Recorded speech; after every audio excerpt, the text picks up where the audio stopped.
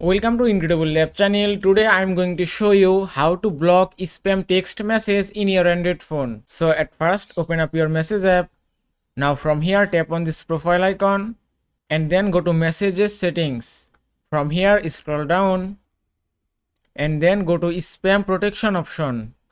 Now here you can see enable spam protection. Now if you enable this option from here, now your all the spam messages will be blocked automatically. It will help you to detect spam messages in your phone. Also, if you go back and then go back again, now from here, suppose if you want to block this spam message, just touch and hold it and then tap on three dots at the top right corner of your display. Then tap on block option. Then you have to check report as spam option. Then tap on OK and it's blocked successfully. Now if you want to find this blocked message, just tap on this profile icon again. Then go to spam and blocked and here it is. If you tap on unblock again and it's unblocked successfully.